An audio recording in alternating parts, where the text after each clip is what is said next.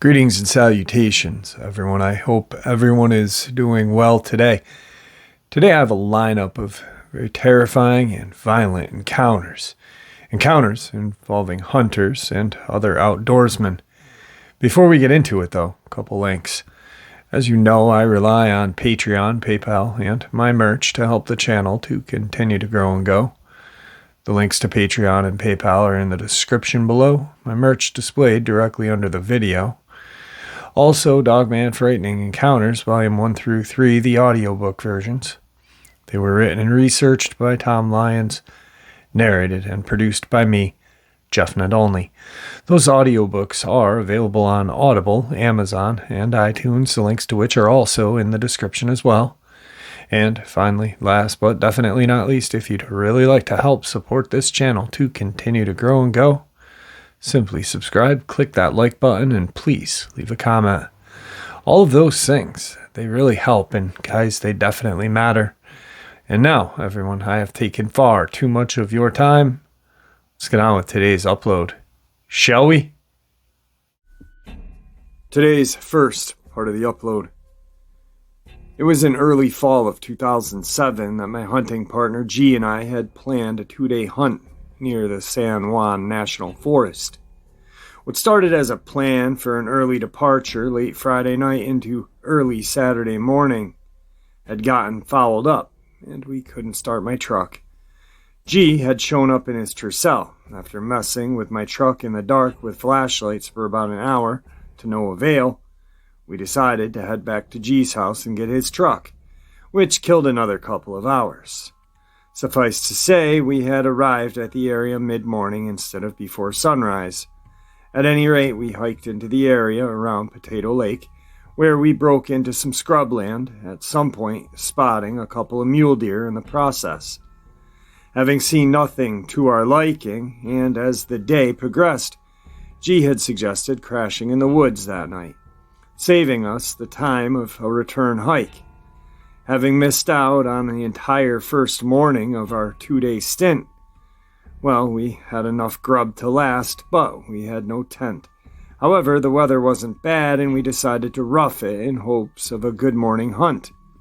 To be honest with you, I don't sleep well on the best of nights at home, and I wasn't looking forward to sleeping in the woods on my pack, which, as you will soon hear, didn't happen anyway. So the two of us had made our way into the trees at Potato Lake, stoked up a fire, and there we sat as the afternoon turned into darkness. And believe me when I tell you, it was dark. On several occasions, I had stepped away from the fire to take care of business, and I couldn't see the hand in front of my face. It was late, around 1 a.m, that I turned my head, and G was sound asleep, with his head on his pack. And I remember saying to myself, well, it's just you, me, and God for the rest of the night, as I sat staring into the flames. At about 3 a.m, having not slept a wink, I heard the first sounds. They were what sounded like heavy footsteps coming from behind me, and I shook G from his sleep. Well, he jumped and said, "What's wrong?" And I told him to listen because something was moving in the woods. We were both armed, and our guns were now brought to ready position. We were now hearing what sounded like several different animals, or whatever, moving about at different angles to where we stood. G was carrying a mag light, and I had a very bright LED headlamp as well. So we stood there shining our lights here and there in response to the noises we were hearing. And we could see nothing. This went on for about a half an hour, and then everything went silent. Although we were initially freaked out when the sound had stopped, we agreed that whatever had been there moved on. And about an hour later, G was sound asleep, and I was still sitting by the fire wide awake. I think it was about 4:30 when the first stick or rock was thrown. At least that's what it sounded like. Having seen nothing and having not heard a sound coming from the woods, something that sounded like a stick or a rock hit the ground about 20 feet away from me. on the other side of the fire's glow. Once again, I shook G out of his slumber, telling him what had just happened. He jumped to his feet. That's when things started to ramp up as far as action was concerned. Some odd grunts were coming from different directions, and what sounded like something running through the trees, deliberately trying to make as much noise as possible in the process, with neither of us being able to see anything except for what we were describing as dark shadows or blurs of movement. It was the most terrifying event in my life, and, by the way, I was armed at the time. Now I will share this with you that having a gun brings you little comfort when you cannot see your enemy but they can see you. I guess there was a moment or two looking back at that night if I wondered my life was going to end. Thankfully, it had not. At one point, we heard what sounded like a dialogue in a deep kind of gibberish, similar to me saying to you something stupid like oogly boogly or some other nonsensical saying. For what seemed to be an hour, the thrashing of branches continued, with some other noises like this speech periodically, and then we began to see the glow on the horizon of the morning's first light. Morning could not come soon enough, and suddenly the woods were silent. We heard nothing leave, but we hadn't heard anything initially arriving either. It was as if phantoms had arrived and departed, having stopped to torment us in the process. As soon as it was light enough to hike, we began, having said to each other we were going home. It was about 2 miles into the hike, with the entire landscape now glowing from the light of the morning sun, that several mule deer came bolting down the hill from our left, running right in front of us about 40 yards away. As we were watching them, an entire herd was following, perhaps 20 or more, some of which I saw were foaming at the mouth, a sure indicator of running hard to escape something. But what? We hadn't had time to so much as blink, and here comes this huge monster barreling down the hill in hot pursuit, with its arms and legs pumping like you can't believe. And it was gone to our right-hand side in a split second. I mean, boom, boom, boom, it was gone. The size of this thing was immense, with its hair flowing out behind its body and head as it ran. It seemed to have covered 20 or 30 feet with each stride, appearing like a track runner when they are leaping over hurdles. To me, it was more in the air than on the ground. Each time its feet hit, it was so fast, and it was airborne again. I am 100% certain that it had caught one of them at some point in time, but we weren't going to be there to find out. We could hardly believe what had just transpired before our eyes, but we both knew that it was that had been taunting us in the woods that night. Now, seeing this creature on the hunt, I can say, speaking for myself and G, that I believe we were seen as a threat to the area's herd, and we were not welcome. It had to have been 9 or 10 feet tall, 1,000 pounds, but the way it ran was not an indicator of its size. This thing looked like a monster and ran like a gazelle, and it was mesmerizing to watch. I would say 30 to 40 miles an hour as compared to a car going by in the street. Just remarkable. Few people have heard what I just shared with you, but believe me, it happened, and we will never forget it. Today's second encounter. I'm 83 years old now, but at the time of this bizarre happening, I was 66, hard at work maintaining a large cattle herd in Montana.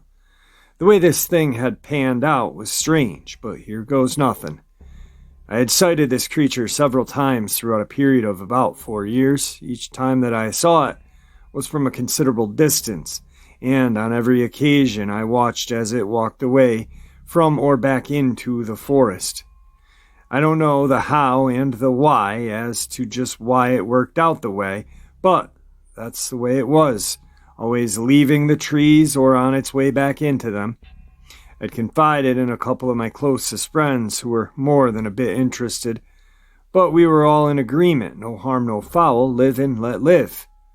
But that was about to change. It was in 2000, and I was out in the herd one morning when I spied what looked like some type of large dead animal out in the adjoining pasture. I rode over to have a look-see. As I rode up on the animal, I realized immediately that it was one of my own. I dismounted my horse to have a closer look. Things got strange quickly the moment I left my horse. There was considerable damage to the body, but not in the usual way in regards to an attack from a bear or a cougar, which I will get into. The first thing I noticed was the animal's neck was twisted around at least twice, if not more, giving the appearance of a wrung-out towel. The next thing that I noticed was I was looking at the neck was a dried-up blood puddle under its mouth, and upon inspection of the mouth, the beast's tongue had been torn and was gone. The belly of the animal had been torn or shredded open, not in a surgical way, but rather like ripping the flesh apart with no signs of bite marks or a knife having been used. As I lifted the flap of the hide, most of the organ meat was gone, and there was not a single claw mark or scrape on the skin. Well, this was the darndest thing I had ever seen in all of my days, and I had started a chain of phone calls to all my friends and the authorities on what had happened. You can't believe the commotion that this had stirred over the next several weeks, with talk about everything from aliens to satanic cult activities and the likes. But in my heart, I was thinking Bigfoot possibly. After everything had blown over, I was very unsettled every time I was in the fields. And yet, I hadn't seen anything else. Let's just say that I was on guard and had my rifle with me at all times, whereas before it was usually my handgun that I carried. Based on what I had seen of this creature, it would take all that a rifle had to offer to bring it down, and for some reason I felt like a standoff was on the horizon. I don't even know why I had that feeling at the time. It was simply a gut feeling and nothing more than that. 7 months later, on a windy, cold day, that I was once again riding out to check on the herd, when as I approached the rise, I heard an animal acting up, and I set the horse to a trot, making it over the hill, where I could now see the herd. The animals were scattering every which way, and smack dab in the middle of the field stood a creature. There was no visible animals down, just this monstrous beast standing in the grass. I pulled my rifle from the scabbard and set to sight on him. And it ran like the dickens toward the fence. I was doing my best to follow him through the scope, but the way he was running, it was impossible. It was like a jackrabbit from hell darting left to right, as though it knew what it was in for. As soon as it hit the fence, it leapt over it, turning and stopping to face me for the briefest moment, and it was enough for me to get a shot off, which I did. The creature did not move or drop, and as I quickly chambered the second round, putting my scope back on it, through the scope I watched as it appeared to burn off from the edges inward and vanished. Please allow me to explain. Have you ever seen a piece of flash paper burn? When the flame touches the edge, it is consumed in a split second with no real smoke or residual process. It virtually vanishes before your eyes. That's what I saw without taking my eyes off the scene for a second. I rode straight away down to the fence, dismounted with my rifle. I could see a trail going into the field and back to the fence, where I now stood, as well as a set of very heavy and large footprints next to the rail where I had shot it, and nothing else. The evidence was all there, that it was there, but where had it gone is anyone's guess. there was no blood, no sign of it having left the fence where it was standing. This thing was at least 7 feet tall, dark brown when standing in the field. It ran faster than my horse could carry me, which is getting a move on. From that day forward, I never had another sighting of it or anything else happen on the property. And what it was all about, I can't rightfully say, but that's the way it happened. Today's third encounter. Up until the time I was 24, I lived in Minnesota, after which I had moved to Dearborn, Michigan.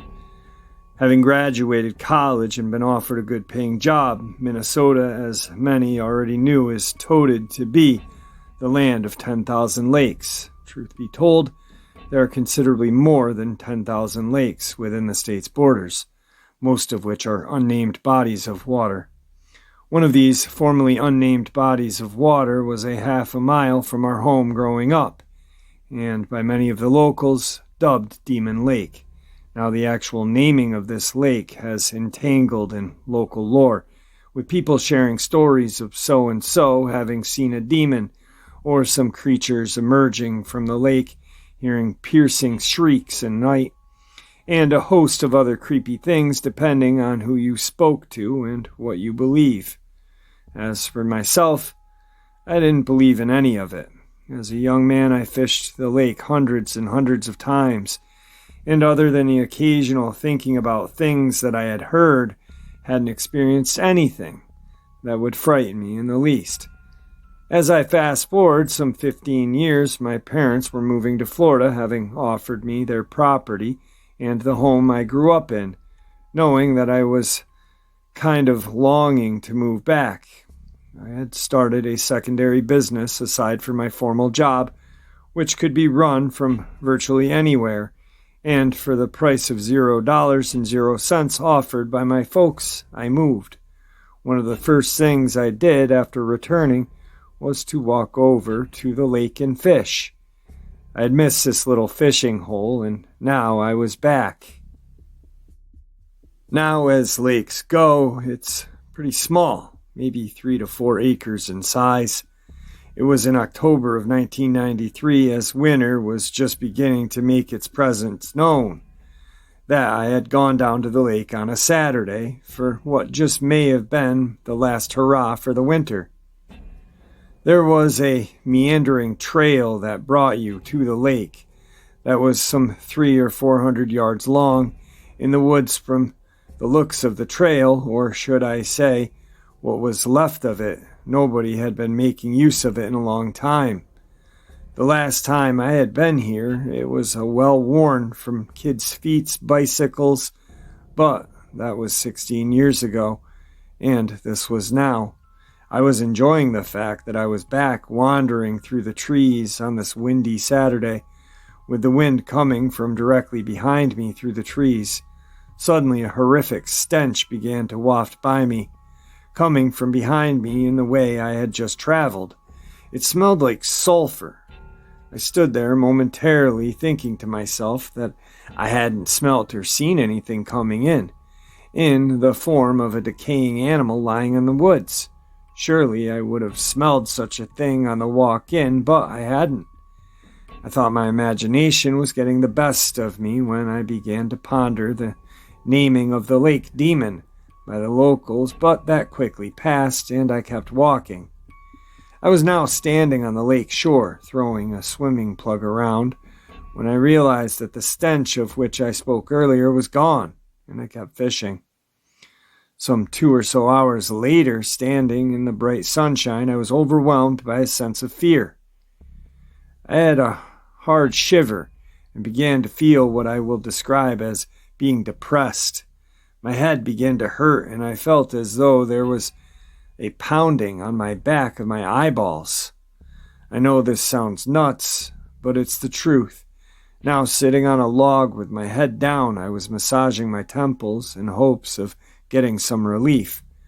With my plan now being to leave when I'm able, it was at this time that I looked up, with my view being that of the far shore of the lake, about 75 yards or so in front of me at that point. when my eyes caught a glimpse of something passing through the trees that appeared to be large and black, the visage of which was broken up by it passing in between and through many trees in the forest. At the very moment I had sighted this thing, every hair on my body tingled as a cold chill ran through me, causing my body to momentarily shake violently. Perhaps about 30 seconds later, this black shape appeared, coming out of the brush, looking like a screwed-up puzzle piece. It was absolutely jet black in appearance, but completely lacking in anything distinguishable. At this distance, if it was a man or an animal, I would have seen eyes, the coloration of fur, and many other details, but it was simply a solid black shape. It began to move along the shore like a disjointed skeleton, the hinge joints, which, as some would be at the knees and elbows, moving randomly, like they were shaking left to right, in and out. Picture a skeleton being held up by a rope from the head, with a person holding it, shaking the rope around, causing it to rattle and shake beneath. I was stunned, unable at that moment to breathe or move. It was shaped like a huge human of sorts, but with sharp and oddly placed angular shoulders, head, and appendages, and yet it was moving in what I will describe as a shuffle or a strange, disjointed walk. I was gasping for my next breath at that point, feeling near the point of collapsing, when I suddenly snapped free from the hold of whatever had come over me, and I ran like hell out of there. Although this was not Bigfoot related or any cryptid related, I don't know. As best as I can say, I will never go down in those woods again to fish on that lake again. Like many others, I have never spoken of this event to anyone, including my family members. It was so shocking that it shakes me to my very core every time I think about it. Even writing this down to share with you now, there are things out there, the likes of which we will never know of, and frankly, I don't want to know of. Today's fourth encounter.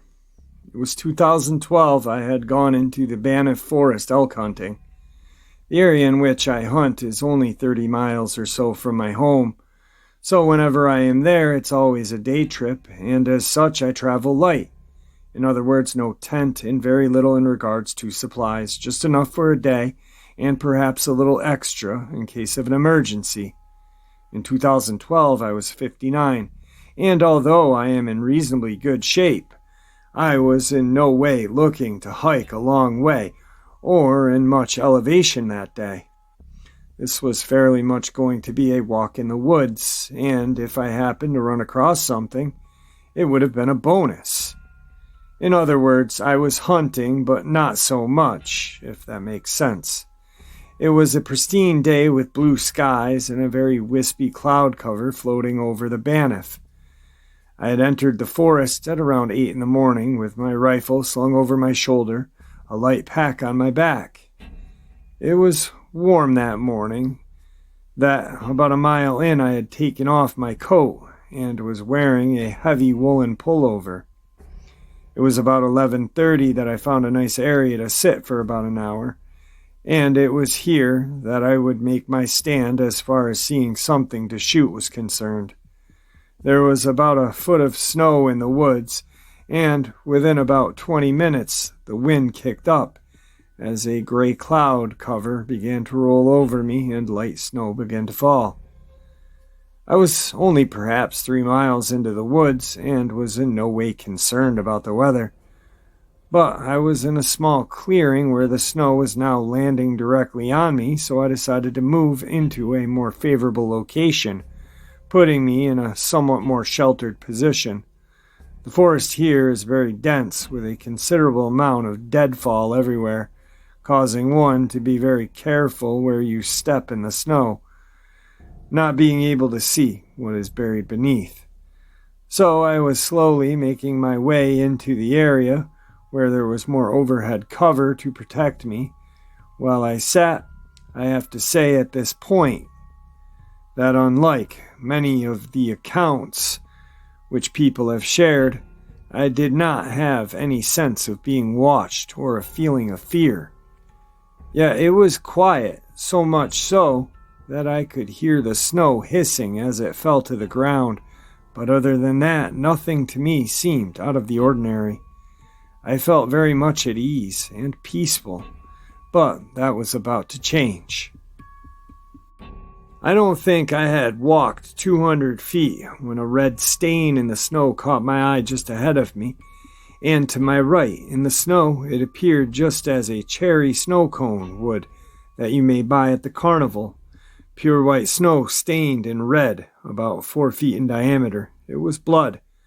Understand me, please. There was deadfall everywhere and thousands of small, scrubby brush, trees, and undergrowth, as well as tall trees. With this pure white snow covering the forest floor, I realized that something had been killed here, and began to scan the area for the carcass and/or predator. As my eyes moved to the left, I had now taken my rifle from my shoulder and was holding it at ready in front of me, when I saw the carcass of what appeared to be the remains of a small deer, splayed or draped over a low branch belonging to a small tree. The entire skeleton was visible, with very little flesh still attached, which was still bloodied. This hadn't been hanging on this branch for long, I can assure you of that. The branch was only maybe 20 feet away from me. As I now was slowly scanning the area, trying to look through and around every brush and tree in the vicinity, having now done so, my eyes were drawn back to the carcass, maybe 10 feet away. Just to the right of where this carcass hung was a cluster of 3 trees, 2 narrower ones, maybe a foot or less thick, and one large one with a diameter of maybe 3 feet, I'd say. For whatever reason, I hadn't noticed earlier that the bottom segment of the thicker tree became narrower at about 10 feet from the ground, and that's when I saw movement. At the 10-foot mark, I saw a swift, which causes me to concentrate more carefully, now realizing that this was a beast of mammoth proportions leaning quite still, flush against the side of this tree. When I then saw a black eye blink, it was covered from head to toe with a dark chocolate brown shaggy fur sprinkled with snow, the face being almost indiscernible from the rest of its body. If I hadn't seen the head twitch an inch, followed by a blink of an eye, I wouldn't have even noticed it. Realizing I was now standing up close and personal with an enormous creature, I slowly started to backtrack as though I hadn't seen anything. I was now about 40 feet away, and the creature had not moved from the tree when my eyes caught a glimpse of something gray through an opening close to the ground of the branches of the brush. What I saw was gray like squirrel's fur. It then turned ever so slightly to the right, as I now realized I was looking at the back of something's head, of yet another creature, squatted on the ground. It had short, light gray fur, unlike the other being long and dark brown.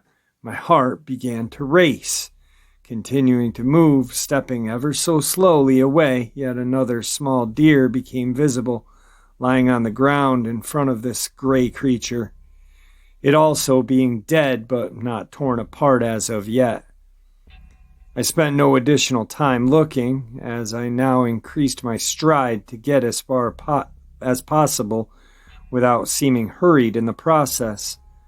Soon I was a couple of 100 feet away, and as I turned to look, as best as I could see, neither of them had moved. They were in complete stealth mode. In a moment, part of me wanted to squeeze the trigger on the first, and I don't know quite why I didn't do so. It would not have been for the sake of just killing it, but rather to save myself from an impending doom. But it's a good thing I didn't. The other one would have jumped on me, if not both of them, and tore me to pieces limb from limb. I have to say that they simply stayed where they were perfectly still as I had entered the area, not willing to give up their prey, apparently waiting to see what would fall out with my actions. When I was well away from them, my heart began to suddenly race and I began to tremble violently. Whether or not this was some type of delayed reaction to the fear I had felt, I can't say, but I was freaking out. It was about 3 o'clock. I was out of the woods and turned back to look over to the forest I had just come from. I was amazed at how calm I was able to react in that moment I had seen them. Had I reacted differently, who knows what would have happened. The one leaning on the tree had to have been about 1,000 pounds, or what looked to be, with the one crouched down perhaps 400 or 500. The two of them looked entirely different. One had short hair, the other had long. One had gray, one had brown.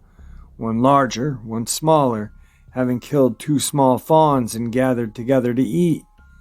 I will never enter any forest the same way again, knowing now what I do that creatures exist in these woods. They obviously could have taken me out, and perhaps they would have if they hadn't already scored these fawn. I guess I should consider myself more than a little lucky. I have to say that I've learned a little something that day. At least that's the way I feel. These 2 beasts had chosen the same area that I had to hunt. There was nothing about the spot that said, "This is a camp," for lack of a better word. It also reminded me that there were no rules to their style of hunting. Smaller is better and easier as far as prey, which told me they are opportunistic. If not downright smart, every predator will go for the smallest, weakest, slowest animal they can find. They are not proud. It's all about an easy meal. Since these 2 creatures were together, with one kill being all but eaten and the other still whole, I believe that they were hunting as a team and sharing the spoils. I do consider myself damn lucky that I had shown up after dinner. Who knows what would have happened if I had arrived at dawn? What I saw of the remaining meat on those bones was hours old, not days. They had eaten what they had caught in the early morning and had already taken advantage of another, based on the size of the one that was standing. I would have had to say it could eat a fawn a day. It was that big. I know what I saw, and that's the end of that whole matter. Today's final encounter. In the summer of 2008, my team of ghost hunters and myself were investigating a graveyard in the Henniker, New Hampshire for paranormal activity. We were equipped that night with several EVP recorders as well as a spirit box. The spirit box reportedly scans thousands of frequencies, through which is said that spirits can be caught talking while it's on. The EVP device are used to record answers to your questions as well, but in a different format. Don't ask me how these things work. I only know how to use them. The EVP generally picks up things that you have not heard with your natural ear, while Spirit Box runs continually, making a loud hissing sound and or static, through which we can hear random things being said. Now, as a team, have investigated hundreds of graveyards regionally, as well as many haunted houses, so this was just another night on the job. As fate would have it, all night we were getting random hits, as we call them, with spirits answering our questions, and yes and no answers, and a variety of other responses, but it was in actuality all the stroke of midnight that the freak show began. We started to pick up frequent and loud, unmistakable growling sounds on the spirit box, which we generally associate with demonic entities. This was going on for about a half an hour continuously, when my friend said, "Look at that," He was pointing into the woods, where there was a pair of red glowing eyes, widespread and glowing brightly some 10 feet off the ground. I turned the flashlight on it and saw nothing as the glowing eyes disappeared simultaneously with the light coming on. The group was freaking out now, with it being the first time something of this nature had occurred. You had to be there fully to understand what I just shared with you. Collectively, we had a kind of regroup and calm down, which we did before beginning again to make further contact. One of the group members was weeping profusely, sitting with her back against a large grave marker. Before we could even begin again, all of us were trying to console her into staying. If not, we were going to have to leave, so we were all crouched down, trying to calm her down.